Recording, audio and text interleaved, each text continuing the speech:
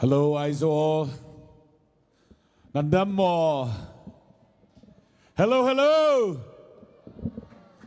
Nandam mo hiya. Indamem. How are you, Aizawl? In chamo Aizawl kum mi puite u. When I think about Aizawl Harvest Festival, I'm kind of, I'm sad that tonight is our last night, and I'm gonna miss you guys. Aizawl Harvest Festival ka ngai to hianin zan in atop zana ni mei tur hi kalungai em ka ngai don hle cheun ka sha. But in God timings, I don't know how soon, but we hope and praying for the future. I do believe that we're going to sing back very soon. Amaro chu pathianin kantan hun chatak min rat lenga eng ti khona nge ti chu ka shelo amaro chu hun rei lo te a kanin hule thwai ka ring ani. I feel that the honors and blessing in front of our chief minister and all minister and cabinet, and I want to say thank you for their presence here, and very honored that speaking in front of them. Kan minister za tak te zan ina helai muna min te pui the hi kan lom tak zetani. Before I try to break ice, I want to break and honor my father and give some time to him. Oh, vur khang ka ti khe main ka pa kan kong hasange. คุณเป็นนักตบมือสักโวเล่คุณเป็นนักตบมือเสียงกระปาก Hallelujah Hallelujah Amen Hallelujah Amen นี่ตั้งลีจังองต้นปิงโซปิโตปันมินทนางาตาเห็น Zan li na theng min shwai theng tu lel pat su fakin omro se ตูตรงนี้นะ He harvest อันหลักปอยฮิจะจังไอโซลาฮีเทนริงินช่วงเงินนาอาเซม local committee sub committee อาเวกินะนักพิทักษ์นะอีกุมปีปากิปตินะกุมปีตุงาลุงดำของกูฮี He tun chuma harvest festival bu singkut kan manata na local committee sub committee zong tele kan minister za tak tele chung chai khol zong te in thona ro pui tak te wangin lom thu ka soi dolal panin zawa in mal som cheu ro se Hi anlak po ibol na hangin pasyanin alam dangina izogam ka chichangina kol ga mai chin state lamka manipur mai lamka bangladesh imite te nothing to pana hi ga hangin ang dam sakding hi chin ka umi tun chuma he bu singkut kan manachang hianin kan ram Myanmar ani emo Manipur ani emo Chin State ani emo lalpa in ra chatak chwa in minti dam le don ani ti hikarin na nget takani pasyanina event lalpu tungtoni na sebdinga apiak TV at banga aisak vision te topan chupang piay na izogam sunga Aizawl khopi flam khopi tonjang khopi tedim khopi akibol khina khalkhai donginaตัวก็จังล้ำกายยงกิบอลโซนายโลฮี Lalpan kan evangelist DS lalpu hi TVya mu the ang maya vision ro pui tak ang mu tir chen te chu mun shanga falama ni emo lamka ni emo lat mun shanga ti ani to amaro chu huna te chuan lati alani lawalpan kong min hon sakzel kan bai se ani imite ten na khal khale lamka churajan pula mo ni dangin churajan pul tu lamka kicin to laya bol di dong topan ala telaka kitelin mai lam changina topan hi van tunga mitun chang isep thailo ding anlak leitunga na sepna eiteng ma jangina topan ong sem sak ding hi lamka le churachan purate ti tur mabak tam takala oma van roma kan thlenhuna kan ti thailo tur he bu sengku thi vo in ya halal pan hele ya hian tho theina hun chamin pe ni lalpa chu fakin omro se amen van tunga ki sem thainon loading na sem hi vana kan tho te to lo tur na thok tu te kan ni van toy na sep ding pen to ba phat ding bek bek hi vana kan tho tu re ro chu lalpa fakat choi moi chawani to praise and worship bek hi praise and worship chawani to ayang leitunga harvest ai hang sorry hi lei tung an lak ding na sep be ka hi ni ma sila he khovela kan ti tur ro chu bu seng hi kan ti tur mak mo poi mo ma takani kwalian som le go ka nel som le nga ma telian som ni le gyat nel som le ko som ni na aman sep ding lian na tum khem pe ong piak tawan hi mathaya te marka te kan mu khan lalpan ti tur poi mo tak min pek chu bu seng turin ani zo ang alian le nel som thum le lina Johanna bungli chang som thum le palia chuan ke ma hong sol pan de na bangin na semin sep ding hong piak na sep zo na in kanek kanun tang na an a hi to pai sun chi hi lalpan ke mintir tu du angan na tho chu ke katana cho tui berani ti a Johanna bua lo in zia kang khan tu tung ina nakpi takin kalungdama igama teng izo gam te a teng ami te ichidam le ilei tangong chidam ding hi tun hun lalpan min pe hi kalom tak zeta arama cheng mi te kan dam chat chuan in lalpan kan ram po atidam le don ani to pa tunga kalungdam ma na tu khaza kwa som kwa le khat madrasa sang ka lain to pa na ongla na tate to na tute to kagama na sem khomin gospel na paiding we chi pen tuni na kamin ma main apai sanong tung tale hi Aizawl khopi sunga katute ni kim sing le lian pi to katapa lalpu to hilaya lom ta teng tong ki thua sakai manin hallelujah to pa min than nai ta hen amen sangkha zakwa som kwa le pakhata madrasa school ka kalain lalpan vision min pia chu ta chuanin ka fa tenen ka tu tenen pathian rong bolin in la zin chuak don ani ti min mu tira vo in ni a hian he ta ka fa palal puwa ka tu pa kim singa le lian pi atenen helai huna chu mei ba ka lalpa rong bol tu midom tak tak tenena lalpa rong ka bol the hi lalpa thutiam din he na ni wangin hallelujah tin lalpa ming ka fakani mizo gamina missionary ikwan zo kumza phakini Mizoram missionary kan kal chwahi kumza kan tling to a ahi zongin nima sela tutung harvest hangin he harvest festival awang hian generation khang no te na kan chang thar te hian evangelist ai zongina missionary ai zongina evangelist poloni se missionary poloni se India hi zongin India rama poloni sela sen gama hi zongin China poloni ro se South East Asia hi zongin Southeast Asia ram shang shang Kol poloni gama hi ro se zongina Myanmar poloni ro se mizo khang no tampi takin akwan zia na anlak poi to pani sakta hen Mizo chalai tam tak an fe chuan na bu sengkut ani theina turin lalpan mal min som sakro se turita kang pai dam lo ten tuma ma ki ban to pan dam dang pe ta hen sanina local dam lo ten Hallelujah. han iswa kristan min Hallelujah. dam lo chang ro se ilaka ka siang tho wang le na om zo hi helai muna hian tharau thiang lim chen chil to pa na chilam sa nong chia sakta hen lalpan adamin a hotir don lung chewani na me speaker bang ki sarik takina to pan mi mal kim chu pang pe ta hen amen Okay. So we're going to break ice, right? I want to invite everyone to stand up, please. khongain kan zawai ni lo ding ang u Vekpina na kima nga cheta na no sedin la. Turi takpen pasyan na sep nalam dagin na tuang tungtahen na chivo. in bulami mi panga cheu khalo chi bayula zanina hianin lalpa tharau thiang lim thil ti theina ro pui tak chu ichunga lo theng ro se ti ni lo Kachi in chi tak bai pihi na tuang tung tak pihi na chin. ka ti tak tak anya o ichunga ron theng don ti ni lo in chi bai kwala Lim tak na enpan la na chilew lewin. voi khat ngun takan mi ta enin lo soi chale te u Tuan alam na muna dingin na kim bekay lo na kiyang parina gamlo na pai khian la lom te na no shit zia in la na khut na barsa na pien. chu thil mak ti ro pui tak chu mu theina turin i chun na muna chang chau ni loin mun hla taka po mun chang shanga khan han kal kwal te angule Turi takin nong kihel lungdam na chin. zanina helai hunai ron kala wang hian kalome ti in lo in chi bai ton le te ang Turi takin na iot ding khat kalung smaum hi. zanina hianin orol chwa Aizawl Tunaril khusunga. rukanea. Aizawl khusunga. Now bol khian na beita hen kong chi takte. Hallelujah. Amen. Chiding hiang. Aizawl hianin now bai na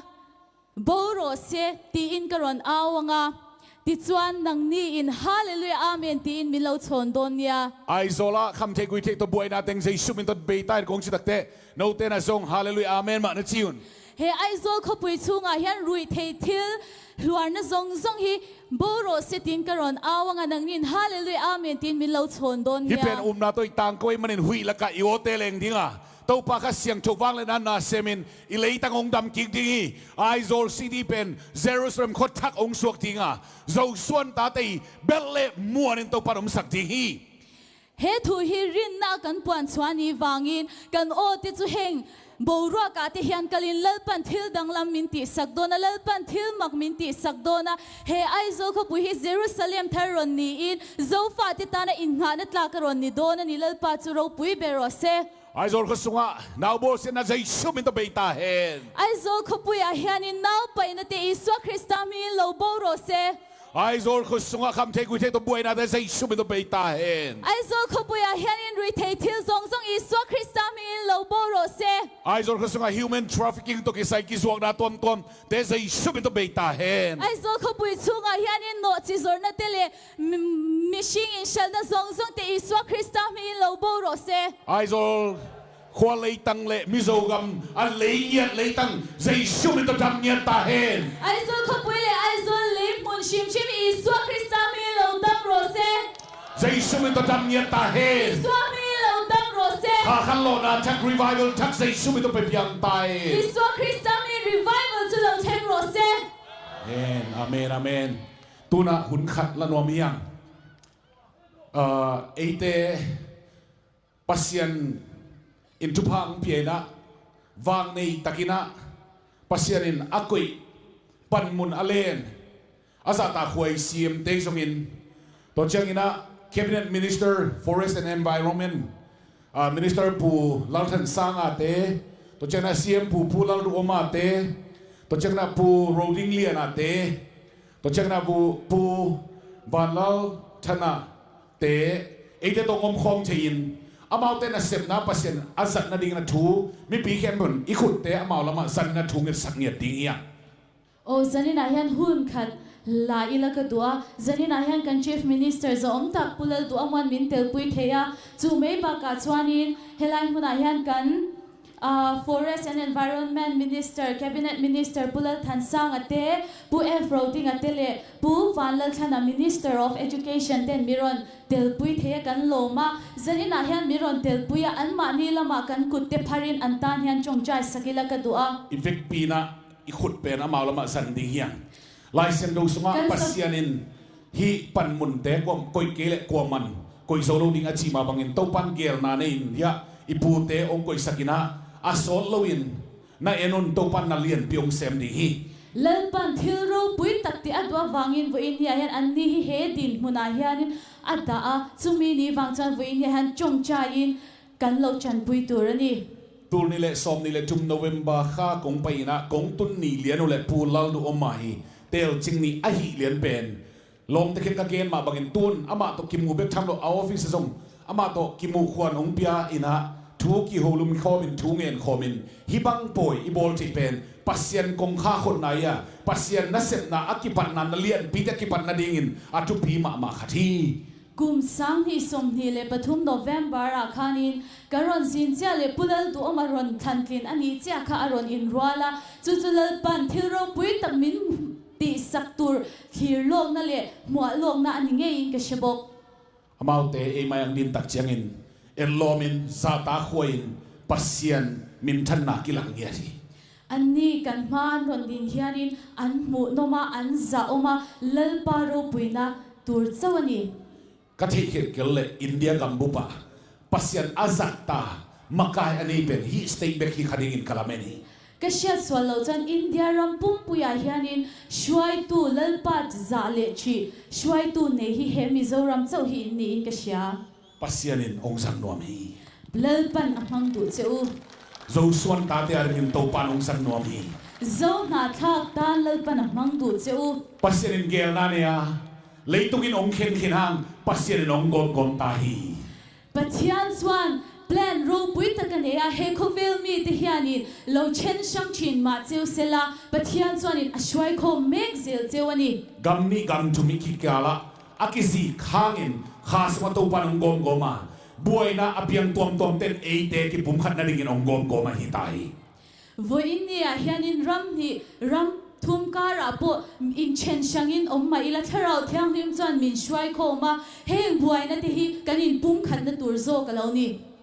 tunin ilung sim sunga koi ni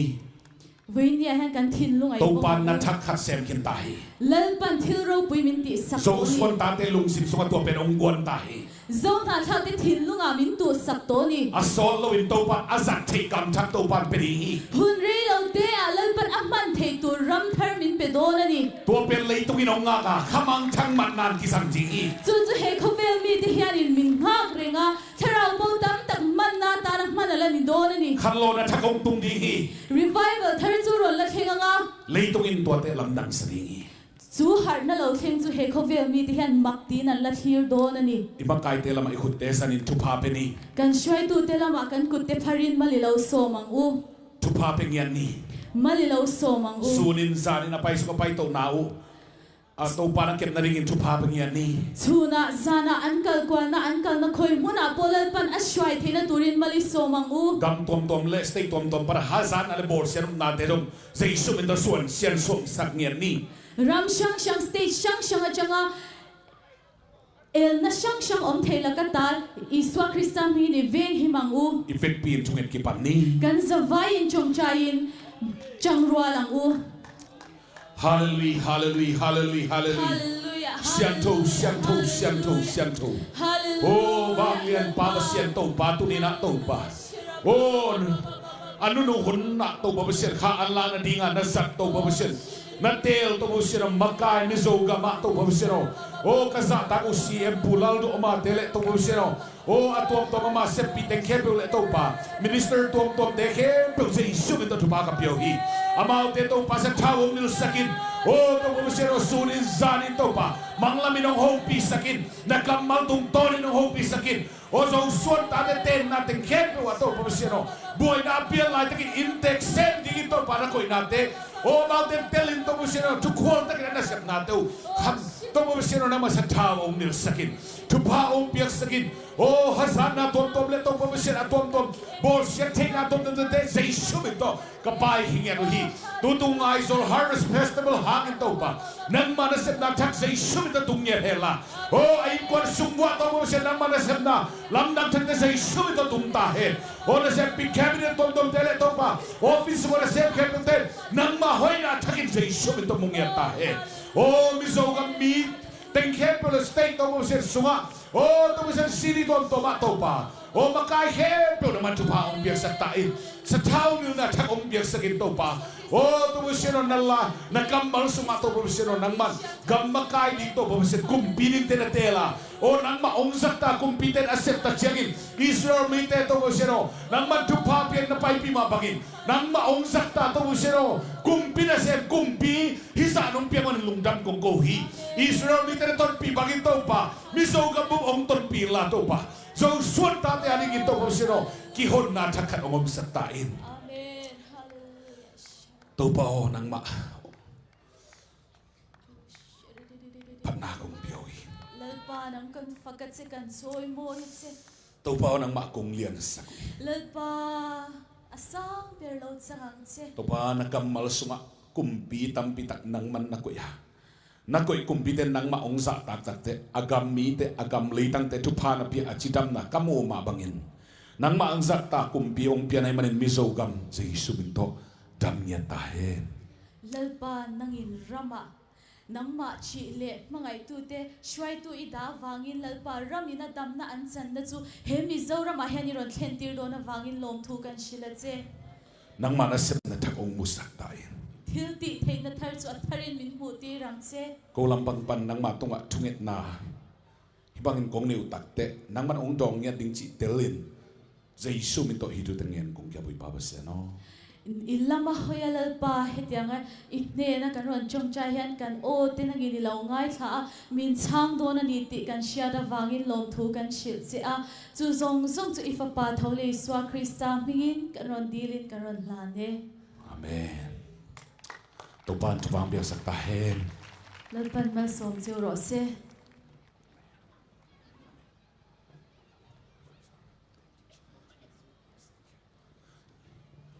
Lúc đập mà mấy tupan tupang biar hen event pina. kalome in zawai lalpan ma som chu ro se